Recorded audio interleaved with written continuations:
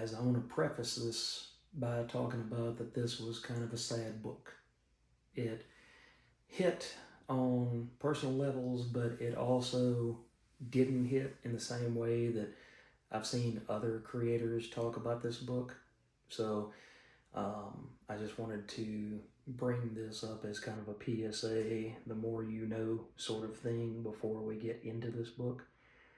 This is Feral number 21. It's a silent interlude. So they are kind of homaging the Ghost Rider G.I. Joe issue number 21 that Larry Hama did years ago at Marvel. And a lot of creators have done this over the years. They'll take an issue 21 of a comic, if it makes it that far, and do a silent issue. Now, originally, issue 21 was done as a silent issue because the printer and the storyline and all of that had fallen behind. And so they were able to do the artwork, but they weren't able to put the word balloons into the book. So we'll never know if there was any words to it or if Larry Hama just wrote it out as a story and allowed the artwork to speak for him. Anyway, let's go ahead and look at this a little bit later. In greater length is what I'm trying to say. So Feral, issue number 21 by Tris Forrester and Tone Rodriguez as artists, and the writer is Tony Fleecs. And in the last issue, the CDC busted into Pet City and rounded up all the animals that were in Pet City and took them back to the CDC for testing. So here we get to see Moosh and we get to see Ghost. And Moosh, they are testing him. See, there's no word balloons. There's only panels. There's only art to tell what the story is. So, you see Ghost looking, and you see this hand, and he's gesturing Ghost to, hey, come here, come here. And so Ghost goes over there, and the guy's got a clipboard, and it says unresponsive to oral stimuli, hearing impaired, or deaf. And so they keep moving, and one of the CDC guys comes in and flips out and sees Moosh, and so Moosh jumps him. I'm assuming he was one of the guys that came in to Pet City with the CDC in the last issue. And in the ensuing fight, excuse me, my voice is going. In the ensuing fight, then Ghost's cage is knocked over and somehow he gets free. So now he's going to try to make a run for it.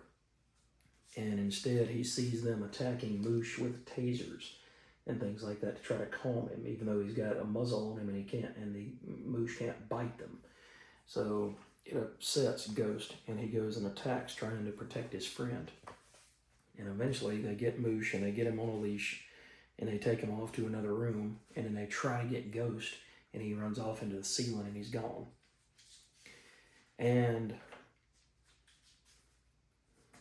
you see this middle school and high school gymnasium has been turned over into a CDC sectional. And that's where they're doing all of these tests. It's called North Middle School, and it was the Wildcats. So Ghost is searching through this abandoned school and comes across this dog. And I'm not going to show exactly what happens to the dog. I'll spare you that. But let's just say that Ghost is terrified by what he sees. It traumatizes him. It almost breaks him. But then he finds Moosh.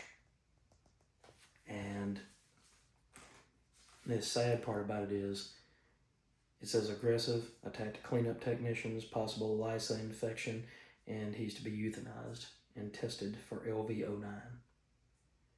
And then just as Moosh and Ghost are about to touch hands on either sides of this cage, then you get to see that the characters from Stray Dogs pop up. And he says, hey, another stray. So it's going to be from here out, I think 22 through 25 is going to be a crossover with Stray Dogs. But this was a heartbreaking book because you get to see that an animal has to be put down. And I've lost dogs in my life.